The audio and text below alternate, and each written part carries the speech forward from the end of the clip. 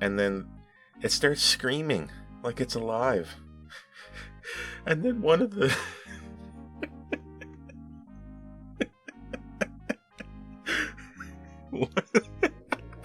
one of the characters says it's like it's screaming. They say that.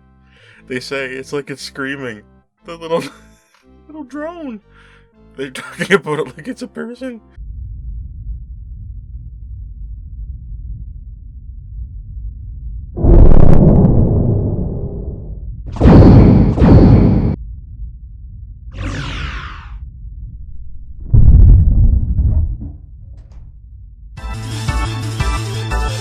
Alright guys, we're on episode 6 of Star Trek Discovery Season 4.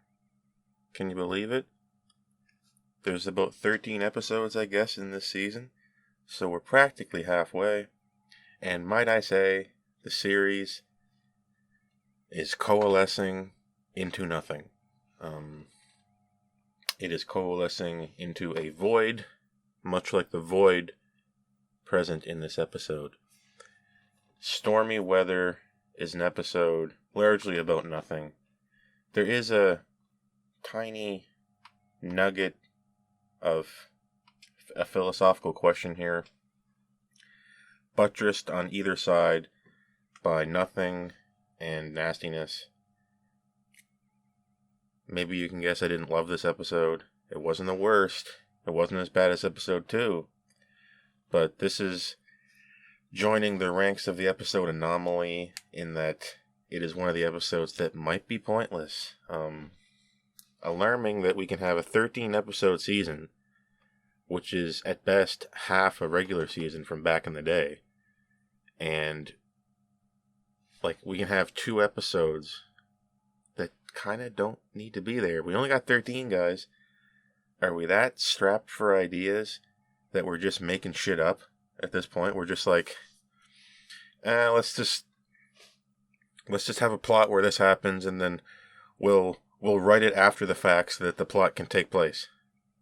Alright, this episode smelled of, this has to happen. How do we get it to happen? Let's make up some writing in between. And let's get some meat on these bones, baby. Your screenwriter making the skeleton. Your director putting on the meat. And your actors trying in vain to zombify this creature into life and make it move somewhere. That's Stormy Weather. So with that out of the way, let's get down to brass tacks, baby. What happened in this episode? Okay, like this episode started, and I actually, this episode started. When it started, it was unintentionally funny for me. I laughed at how silly the start of this episode was. The tonal shift at the beginning of this episode was so alarming. This would be fine for a show that was not serialized. That being one episode leads into another, and essentially we're watching a 13-hour-long movie. If you catch my drift. It would be fine if it wasn't a show like that. But when you're wavering on the tone in a serialized show such as this, where every episode is a cliffhanger, it's off-putting. I legit closed the stream of this episode and went back to check to make sure I didn't miss one. I'm serious. I closed it and checked to make sure I did not miss some episode, and this was actually episode 7. I thought I had missed something, because all of a sudden out of nowhere, the entire crew knows that we're going on this mission, and not only that, they're waiting for it to be approved. It damn well better be approved. I want to go into that subspace rift. All of a sudden, we're going into a subspace rift left over by the anomaly. Okay? According to Tarka from last episode, which wasn't that bad of an episode, the DMA, Dark Matter Anomaly, leaves behind subspace rifts that you can apparently enter. And I don't know how we didn't notice this at the first time when we encountered the DMA. Your guess is as good as mine, but now we need to go into it, because now we know it's there. And the whole crew is just revved up and ready to go. We're all so happy to be going in there and getting those answers we know we're not going to get. We already did this in the episode Anomaly. We're going to the DMA, and we're going to get those answers. What did we learn? Nothing. So, one thing I've noticed about this season is that it is rife with leaps in logic. This whole season is an exercise in extrapolating on incomplete information. We find the DMA. We don't know what it is. It disappears. We, for no reason at all, assume that means it's man-made. Aliens are involved here, obviously. And then now, because reasons, we know that the creators are not from this galaxy. We're essentially just pushing the ball down the field and hoping people won't notice. We're just kick the can down the road, and eventually dramatic things happen. People cry, I love you, wham bam, thank you ma'am. Season over. That's what this is. That's this. We're just kicking the can. We're almost no further ahead than we were in episode 1 of this season. A few interesting detours here and there, but largely, when this season is focusing on the dark matter anomaly, that's when it's at its worst, which is alarming for a sci-fi show. Let me tell you, that is alarming. When something as interesting, supposedly as interesting, as a wormhole, black hole, what have you, existing in space and we don't know what it is, and you manage to make that boring, that's got to be worth a few pages in someone's history books. So we're going into the rift left over by the dark matter anomaly, and they're like, everybody report to the bridge, report to your stations, boys, we're going into the dark matter anomaly, whatever it is, or the subspace rift left afterwards. They refer to Enterprise, Voyager, and name dropped. Curiously, they don't say the exact date, so we can imagine it's any Enterprise just any one of them. Enterprise, in general, encountered a few subspace rifts before, and so did Voyager. Because the audience is supposed to know those ships, you see? Yeah, it's not the U.S.S. Timbuktu. This is the Enterprise we're talking about. And we're going into this anomaly, and we're going through the surface, I suppose.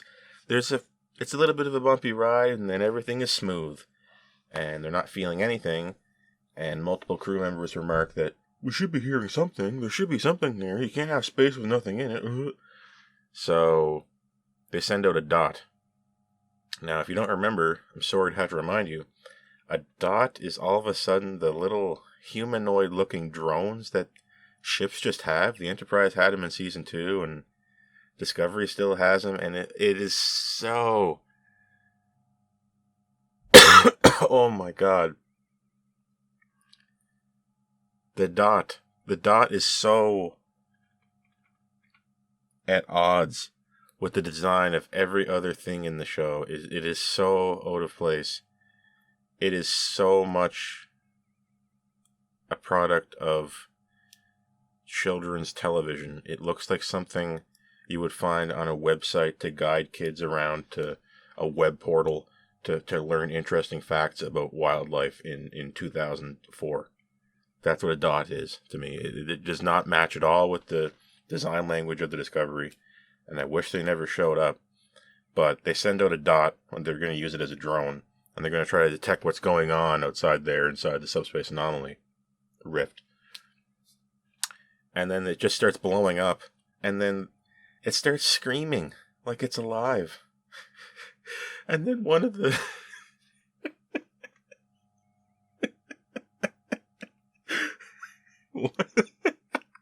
one of the characters says, it's like it's screaming. They say that. They say, it's like it's screaming. The little drone. They're talking about it like it's a person. And it just dies out there. We send probes out all the time here, and they just go shoot off, and then we don't even worry about where they go sometimes. We're shooting them off for fun. But holy cow. We've humanized a little drone to the point where we're saying it's screaming and we're scared. And then that character says something like, I think it was Adira, said that something has made the surface of the subspace rift toxic. They say the word toxic like it's like poison. Like what are you talking about? I don't think it's toxic. Like I don't think the subspace rift is going to be poisonous. Like what a weird. This episode is filled with weird little one-liners that just take you right out of the scene and make you go, huh? One-liners that make you go, huh? That's this episode in a nutshell. So what are we going to do? We send out a flare, and we're using it to detect the time differential between when the dot blew up and when this flare goes away. And we use this math here to figure out that, the barrier inside is getting closer to us faster than we thought. So the Discovery is essentially going to be crushed by whatever this field is inside the subspace rift. And it's a little scary, and it's a little bit tense, I will admit. And I was a little bit more interested in this episode than I was, say, the episode Anomaly. So I'm giving it props for that. Inside the Anomaly, it's pure black, by the way. There is nothing in here, which is an interesting excuse not to have to animate anything. And might I say, the Discovery looks like crap here. It looks like crap. It looks like garbage. The CGI is starting to look really dim and really nasty and just really plasticky. And it's so obvious that the Discovery doesn't have the properly aligned navigation lights. I don't know what side's port, what side's starboard. Do they know? Do the writers know? We can tell on this ship because of the lights. Discovery just seems to have white lights everywhere, which is not normal. Anyway, what are we going to do? Well, Book is helping Stamets in engineering, spore room engineering, whatever you call it. And Book volunteers to jump the ship. And they're like, hold on now. Whoa there, buddy. We can't jump out of here. We don't know what kind of effect the subspace rift is going to have on the mushroom network. We can't do the shroom zoom yet. So that's fine. I mean, we also can't warp out. It's discovered that we have no point of reference in which to point the ship, right? So we can't get out without taking a huge risk. Ticking clock element. We're running out of time. And Michael's like, okay, abort the mission. We're done. We have to get out of here. We can't stay in here. We can't learn anything more. We can't have any more writing. We need to just get out of here, and maybe something cool happen. Cool will happen that people will remember. So we're leaving the subspace rift now. We're trying to get out. We don't know how to get out. So we just say, let's jump the ship now. Book tries and fails to jump the ship, and there's some kind of shock wave that goes through the mycelial network into Book's hands, and it goes into his brain and gives him hallucinations of his father. This season has a lot of Book having hallucinations and flashbacks to his family. And I'm wondering now if this means something. Is there some way that the DMA is connected to Book and his home planet that was destroyed? We keep having these flashbacks with Book. Maybe it means something.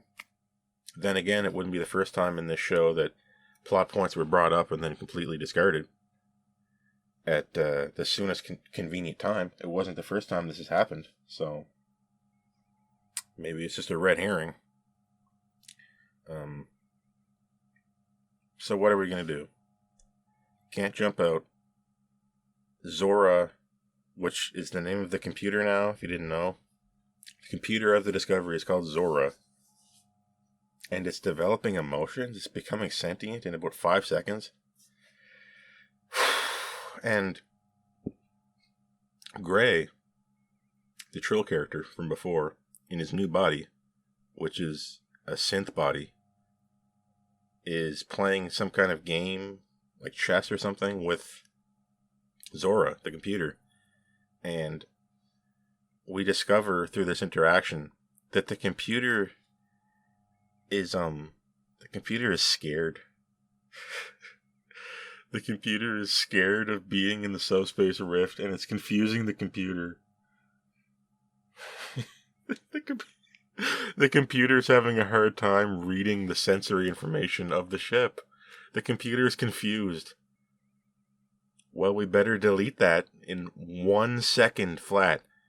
If I ever found out that the ship's computer was developing sentience and the sentience was causing it to hesitate, it would be removed in 1 second and put on a floppy disk and sent to Starfleet so they can just keep it there and look after it. It's not staying on the ship. I cannot have that. It is psycho. But anyway, the reason why we were having a failure causing a hull breach was because of the hesitation of the computer or something, and there was a mismatch between sensory data on the outside of the hull and the computer on the inside of the hull with regards to calculations having to do with the subspace rift. The computer is hesitating, but wouldn't you know it, we've discovered that the neural pathways of Book have been impacted by energy from inside the mycelial network. But it has taken on some type of electromagnetic property from the space around the ship. And there's the leaps in science logic here. Suffice to say, extragalactic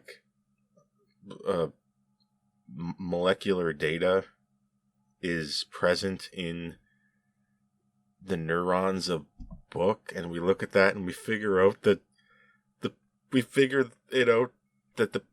creators of the anomaly aren't from this galaxy based on things in Book's head.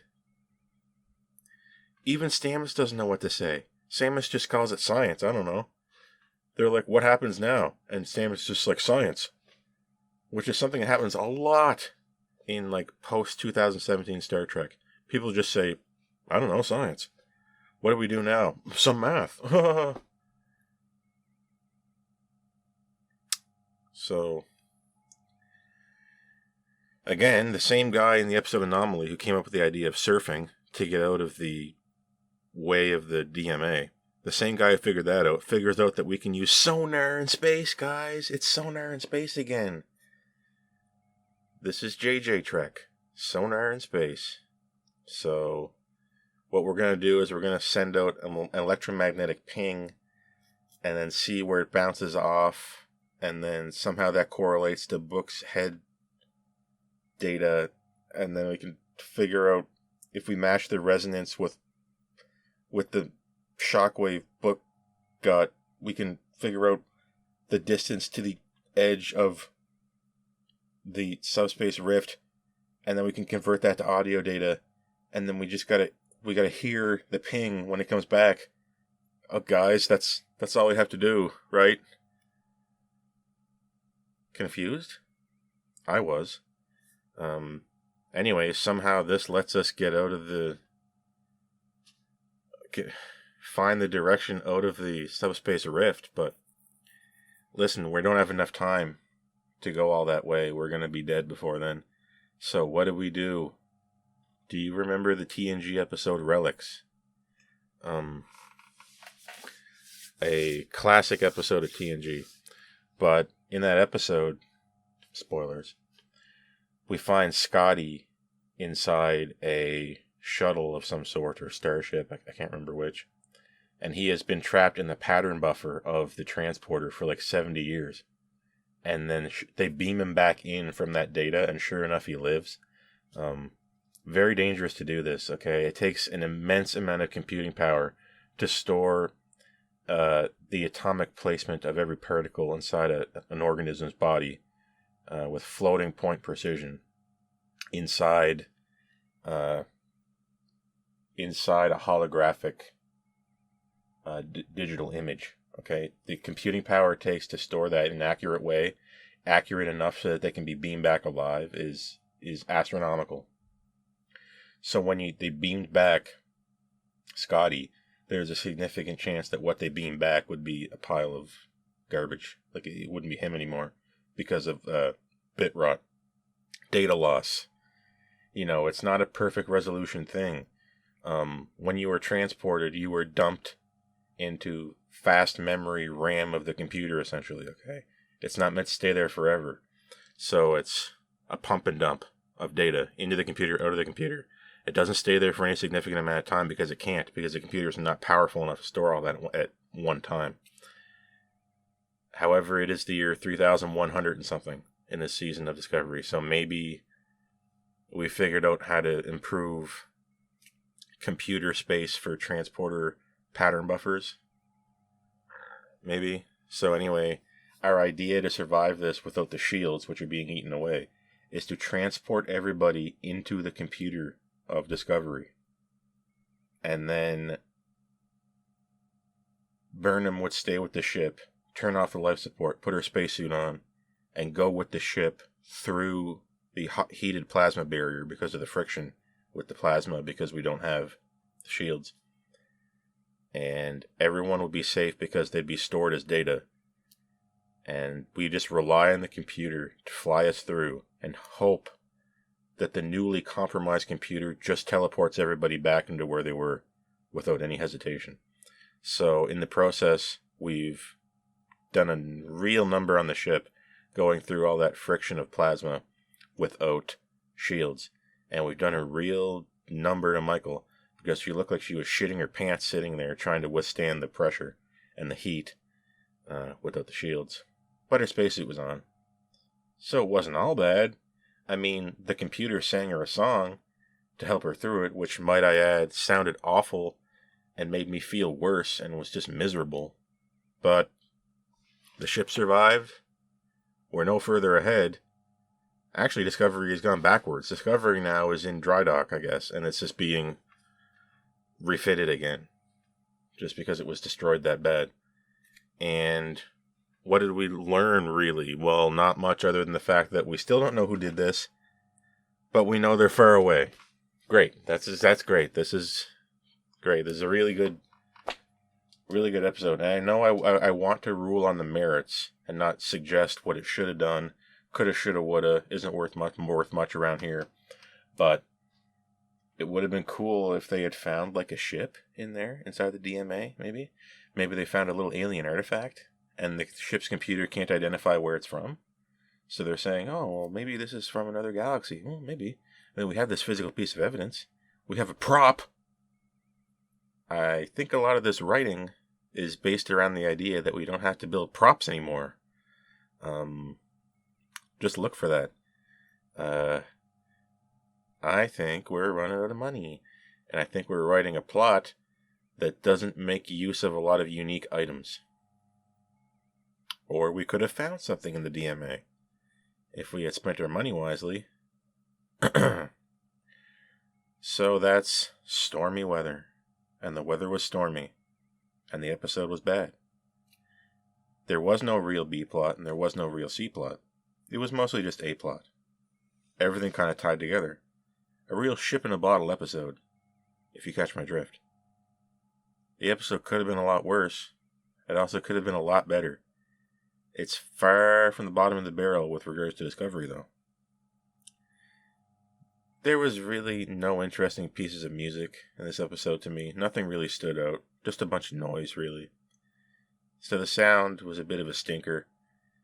Philosophically, I would say what we're looking at is dealing with hesitation and fear. The computer was feeling fear, and the fear was causing the computer to hesitate, which could have caused even more serious harm than actually was done, because one person on the ship did end up dying from a hull breach. And many lines are delivered in this episode regarding, incorporating your fear, getting over it, not letting it be a wall, using your mistakes to improve your empathy. So it's not completely devoid of philosophical merit. It wasn't interesting. It wasn't even good. But it was something. It's interesting to note that something is a lot better than nothing. And a lot of episodes in this season really have nothing in them. There's really nothing to take home from a few of these episodes, I will say. So, visually, what are we left with? Deteriorating CGI, very ugly ship, just blackness everywhere, ugly as sin dot flying around the drone. Obvious pyrotechnics on the bridge. That's kind of just a thing. If you look at a few shots so far this season, you can see pyrotechnics on the bridge. I'm not sure why that's there. Just to be dramatic, I guess. So really, what is the one saving grace of this episode? It's a little bit tense. Just at a purely surface level, it's a little bit engaging. Just a little. You can't really listen to any of the dialogue. A lot of the dialogue was unintentionally funny. Wavered very hard on the tone of the series at the beginning. And very strange screen transitions at the beginning that I've seen nowhere else. Just weird screen wipes. I don't know what that was about. Leaps in logic abound. Michael was not that annoying. I think so far this season has the best Michael. People like to throw a lot of shade at Michael Burnham in this show. And a lot of it is deserved.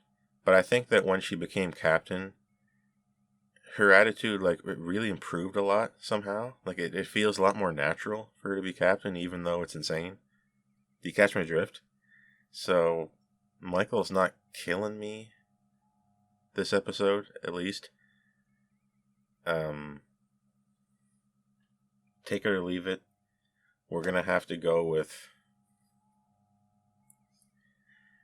I'm gonna have to go with 3.5 for this. I can't do 4. I can't do it. This is a 3.5. It makes me feel worse for having watched it.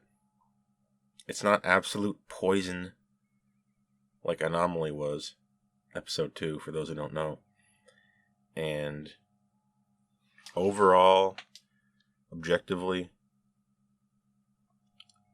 could have been much worse. Could have been a lot better. I'm Mark, and this was Discovery, Season 4, Episode 6, Stormy Weather. Maybe next episode won't be so stormy. Maybe it'll be fun. Doubt. But, see you guys later.